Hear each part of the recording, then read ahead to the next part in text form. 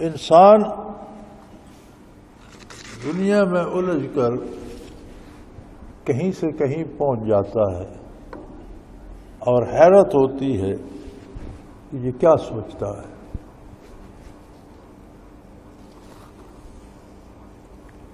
میں ایک نعت دیکھ رہا تھا،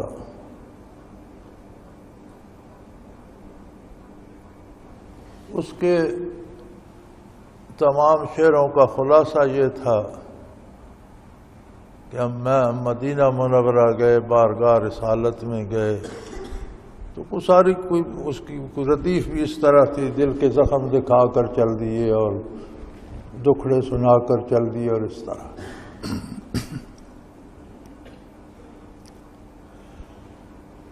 بڑی عجیب بات ہے،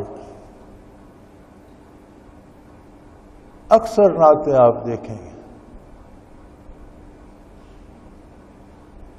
کہ ان کا مفہوم یہی ہوگا کہ ہم بڑے دکھی ہیں، ہم پر بڑی زیادتیاں ہو رہی ہیں، ہمارے ساتھ بڑی زیادتی ہو گئی تو ہم پریشانیاں پیش کرنے آئے ہیں اور دکھ سنانے آئے۔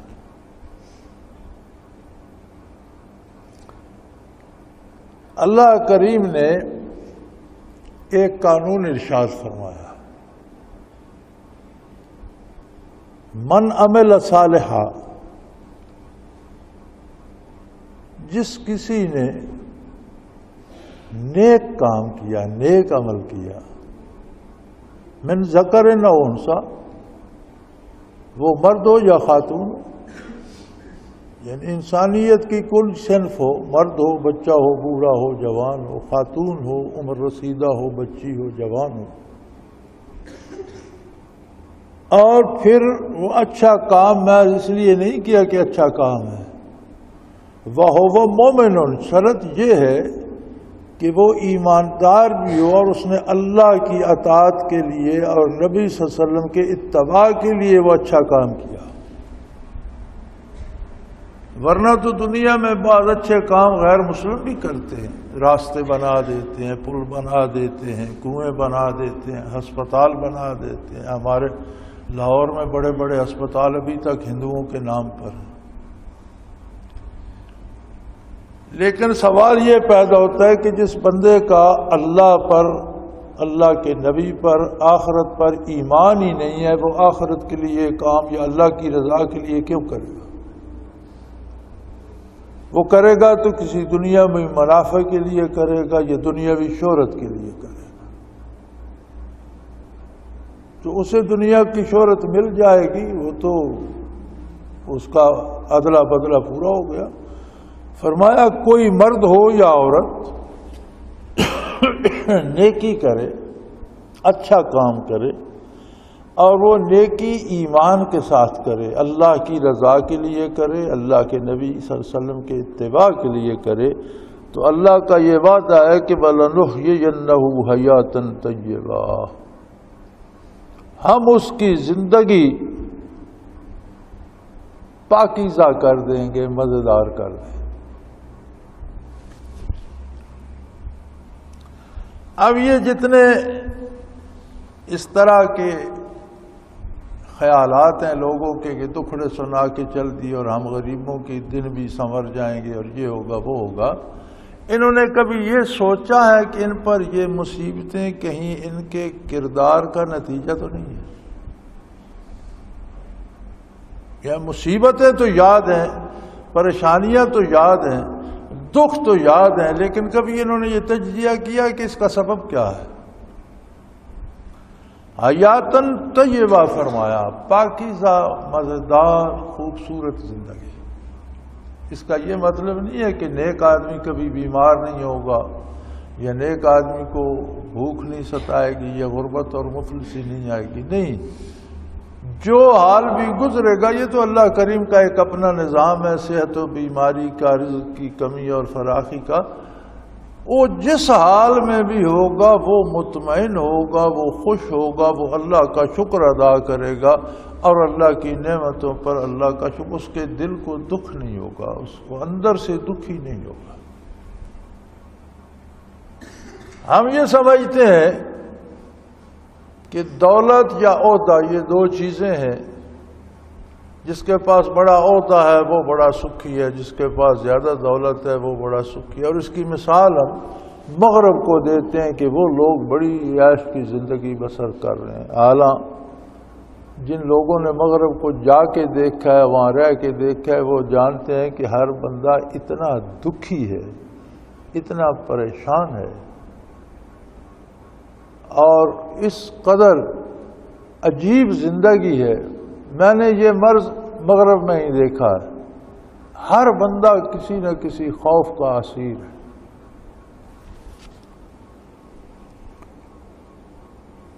اور اب انہوں نے اس کا نام ہی رکھ دیا ہے دا فیئر آف اننون، انجانا خوف۔ اسے پتہ نہیں کس بات سے ڈرتا ہے، لیکن ڈرتا ہے، نیند نہیں آتی، ڈرتا ہے، بھاگتا ہے۔ یا میرے پاس ایک امریکن کے خطوط آتے تھے، اسے کوئی تکلیف تھی، بیماری کا علاج چاہتا تھا، سویڈن میں وہ کام کرتا تھا امریکن۔ ہم امریکہ گئے تو وہ چھٹی لے کر وہاں آ گیا،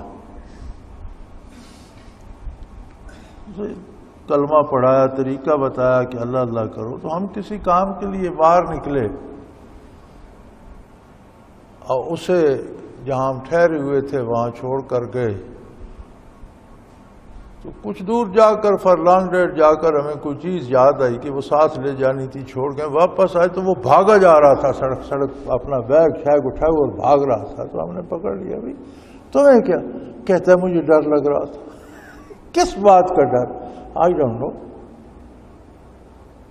کوئی پتہ نہیں، لیکن ڈر رہا تھا۔ میں بھاگا جا، میں نے کہا بھاگو نہیں، بیٹھو، ڈر ٹھیک ہو جائے۔ کسی بندے کی زندگی مطمئن نہیں ہے۔ آپ کو بڑے بڑے محلات نظر آتے ہیں اور بظاہر ایک گاڑی نکلتی ہے، 70 گاڑیاں ملازموں کی اور خادموں کی اس کے آگے پیچھے ہیں، لیکن جو اندر بندہ بیٹھا ہے اس کے دل کا حال پوچھ کر دیکھو۔ ان گاڑیوں کا کیا فائدہ اگر دل میں اطمینان نہ ہو، سکون نہ ہو، آرام نہ ہو۔ تو حیات طیبہ کی بنیاد اللہ اللہ کے رسول کا اتباع اور نیکی۔ ہم اپنے دکھ یاد کرتے رہتے ہیں، ہمیں چاہیے کہ ان کا سبب تلاش کریں، اللہ کریم سے توبہ کریں، جو خطائیں ہو گئی ہیں وہ معاف فرمائے اور آئندہ خطاؤں سے بچنے کی توفیق بھی دے، اور نیکی اپنا لیں، زندگی سدھر جائے گی، موت کے بعد کی زندگی بھی سدھر جائے گی، اور دنیا کی زندگی بھی اللہ کریم کا وعدہ فَلَنُحْيِيَنَّهُ حَيَاةً طَيِّبَةً، ان کی زندگی پاکیزہ مزیدار کر دیں گے۔ اس میں یہ نہیں فرمایا کہ انہیں حکومت دے دیں گے یا دولت دے دیں گے، دکھ نہیں آئیں گے، دکھ سکھ ہر حال میں وہ اللہ کا شکر ادا کریں گے اور مطمئن رہیں گے، ان کے دل پریشان نہیں ہوں گے۔ یہ تو بدلہ ملے گا انہیں دنیا میں، وَلَنَجْزِيَنَّهُمْ أَجْرَهُمْ بِأَحْسَنِ مَا كَانُوا يَعْمَلُونَ، آخرت میں انہیں جو کچھ انہوں نے کیا ہے اس سے بہت زیادہ بہتر بدلہ عطا کیا جائے۔ یہ اللہ کریم کا احسان ہے کہ جو خطا کرتا ہے اسے اتنی سزا ملتی ہے جتنا اس نے گناہ کیا۔ یہ الگ بات ہے کہ گناہ اللہ کریم کی نافرمانی ہے، اور جرم کو دیکھا جاتا ہے کہ کس ہستی کی نافرمانی ہے، تو ہر گناہ بڑا بن جاتا ہے، اس کی سزا بھی بہت بڑی ہے، لیکن اس کی سزا بڑھائی نہیں جائے گی، جتنا اس نے جرم کیا اتنی سزا دی جائے گی۔ نیکی چھوٹی سی کی ہے، اسے بڑھا کر کئی گنا زیادہ، کروڑوں گنا زیادہ اجر دیا جائے۔ حتیٰ کہ فرمایا شیطان ہمہ وقت اپنے کام میں لگا ہوا ہے، کوشش میں لگا ہوا ہے، وساوس ڈالنے میں لگا ہوا ہے۔ تو چاہیے یہ کہ ہر کام کرتے وقت اللہ سے، شیطان سے پناہ مانگیں، اللہ کی پناہ مانگنا چاہیے شیطان سے۔ حتیٰ کہ آپ قرآن کریم پڑھنا شروع کرتے ہیں تو قرآن پڑھنے سے پہلے بھی فرمایا فَإِذَا قَرَأْتَ الْقُرْآنَ فَاسْتَعِذْ بِاللَّهِ مِنَ الشَّيْطَانِ الرَّجِيمِ، آپ تلاوت بھی کرنا چاہیں تو تلاوت سے پہلے اللہ کریم کی پناہ مانگیں شیطان مردود سے. یعنی کوئی کام کرنا چاہیں تو اللہ کی طرف رجوع کریں اور اللہ سے مدد چاہیں، اللہ کے نام سے شروع کریں اور بالخصوص اللہ سے پناہ مانگیں کہ مجھے شیطان کی چالوں سے اپنی پناہ میں رکھ، اپنی حفاظت میں رکھ. تلاوت سے پہلے تحفظ کا پڑھنا سنت ہے. علماء نے اسے بالاتفاق سنت کہا ہے، ورنہ تو قرآن کی نص میں ہے، اسے فرض ہونا چاہیے تھا، لیکن فرض نہیں ہے اس لیے کہ بغیر تحفظ کے پڑھنا بھی ثابت ہے. لہذا بالاتفاق علماء نے فرمایا کہ یہ سنت ہے. اور اچھا یہ ہے کہ کوئی بھی کام آپ کرنا چاہیں تو شیطان سے اللہ کی پناہ مانگیں اور اللہ کے نام سے بسم اللہ شریف سے شروع کریں، کیونکہ ہر کام میں شیطان وسوسے ڈالتا ہے، مداخلت کرتا ہے. کوئی نیکی بھی کرنا چاہے تو وہ ایک دل میں وسوسہ ڈال دیتا ہے، لوگ مجھے پارسا سمجھیں گے، میری بڑی شہرت ہوگی کہ بہت اچھا آدمی ہے. تو اس طرح وہ تو فارغ نہیں بیٹھتا، لگا ہی رہتا ہے، حتیٰ کہ انسان جو برائی کرتا ہے اسے مزید برائی میں لے جانے کے لیے لگا رہتا ہے، کہیں چھوڑتا نہیں کہ یہاں بس کر دو.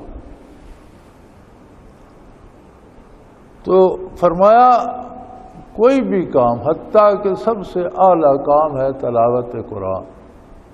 آپ تلاوت بھی کرنا چاہیں تو پہلے اللہ سے شیطان کے ہیلوں سے اور اس کی افسونکاری سے پناہ مانگیں. اور یہ بات بھی طے ہے، اللہ کریم فرماتے انہو لیس لہو سلطان الذین آمنوا علی ربہم یتوکلون. جن لوگوں کا عقیدہ درست ہے، ایمان صحیح ہے اور وہ اللہ پہ بھروسہ کرتے ہیں، شیطان ان کا کچھ نہیں بگاڑ سکتا. انہو لیس لہو سلطان، اس کا کوئی بس نہیں چلتا ان لوگوں پر جن کا عقیدہ درست ہے، ایمان صحیح ہے اللہ پر، اللہ کے حبیب پر، آخرت پر، اللہ کی کتاب پر، ضروریات دین پر، اور پھر وہ اللہ پر بھروسہ بھی رکھتے ہیں. صرف ہیلوں حوالوں سے بھروسہ نہیں رکھتے، بھروسہ اللہ پہ رکھتے ہیں. اللہ پہ بھروسے سے مراد یہ ہے کہ آدمی کام کرنے کے لیے جائز وسائل اختیار کرے اور اللہ پہ بھروسہ کرے، اور ناجائز وسائل اختیار نہ کرے کہ ان سے کام ہو جائے گا. اللہ کریم پہ بھروسہ یہ ہے کہ اسباب اور وسائل اختیار کرنا تو سنت اللہ ہے، کرنے چاہیے اور عبادت ہے، لیکن جائز حد تک. رشوت لے کر، رشوت دے کر، چوری کر کے، سفارشیں کرا کے ناجائز کام کروانے، یہ توکل کے خلاف ہے. جائز وسائل اختیار کرے اور اللہ پہ بھروسہ کرے تو شیطان اس کا کچھ نہیں بگاڑ سکتا. انما سلطانہ علی الذین یتولونہ، اس کا بس ان لوگوں پہ چلتا ہے جو اس سے تعلق رکھتے ہیں. شیطان کی باتیں وہی لوگ مانتے ہیں اور انہی سے وہ منوا سکتا ہے جن کا اس کے ساتھ رشتہ بن جاتا ہے، جو اس کی باتوں پر عمل کرنا شروع کر دیتے ہیں، جو اس سے اپنا تولا ہوتا ہے، دوستی، ولایت ہوتی ہے دوستی، جو اس سے دوستی کر لیتے ہیں ان پر اس کا بس چلتا ہے. اور پھر وہ لوگ والذین ہم بہ مشرکون،